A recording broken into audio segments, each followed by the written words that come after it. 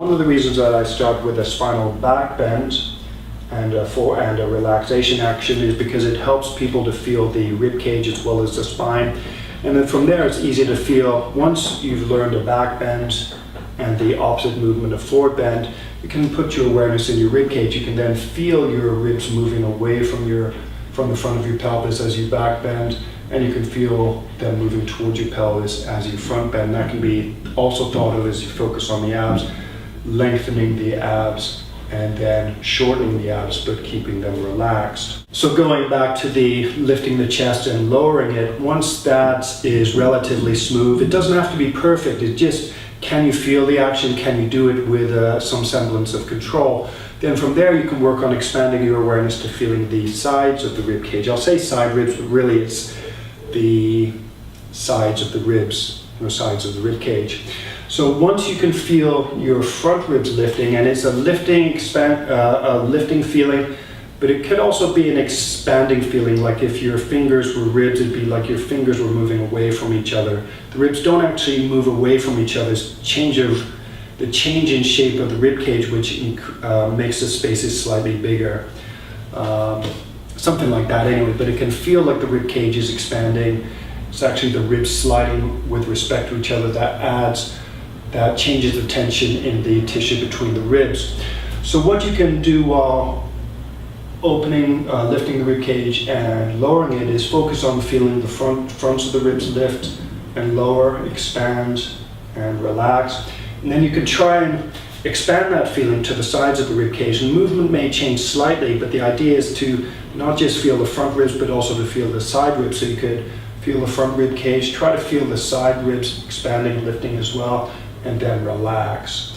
And the bigger you make the movement, oftentimes I'll get people who just do like this and then like this. It's a bit harder to feel. So if you make the move more maximal, so lift the rib cage and then sink it down, keep sinking it down. So you're really bending your thoracic spine forwards and then bending it backwards, so you're opening the rib cage. The bigger you make the movement, the easier it is to feel your ribs and your spine.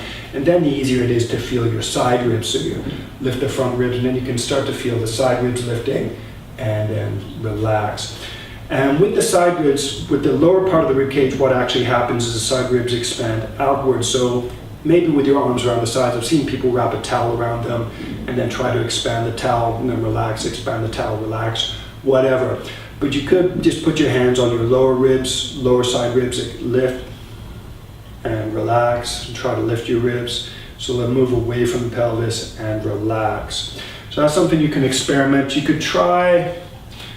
maybe try, if you actually bend your spine forward, your thoracic spine forward, you may find it easier to expand the side ribs and then relax, expand and relax. So change with different shapes of the thoracic spine, either bend backwards or bend forward. See if it makes it easier to feel your side ribs. And then from there, I hope the obvious conclusion is learning to feel the backs of your ribs as well, right around here.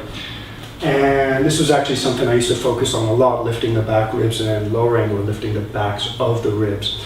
But generally the exercise is the same. Once you can feel your side ribs, expand your awareness to include the back ribs as well. And here again, change the position of your spine. If you're having difficulty trying it with the spine bent backwards, and with the spine bent backwards, you could try chest, side ribs, back ribs, relax. If that's too difficult, try it with the spine bent forward, chest, side ribs, back ribs, and relax. And actually one exercise, if you're doing locust, you may find it easier. If you can activate your spine erector. So if you do spinal back bend, so lumbar spine, thoracic spine, both bent backwards. And if you can feel your spinal erectors contracting, the muscles that actually pull up on the ribs at the back of the body are pretty close to the spinal erectors. So if you activate the spinal erectors, you may find it's easier to also draw your back ribs up at the same time. The levator costalis are pretty close to the spinal erectors, and those are the muscles you're trying to activate to create sensation at the back of the rib cage.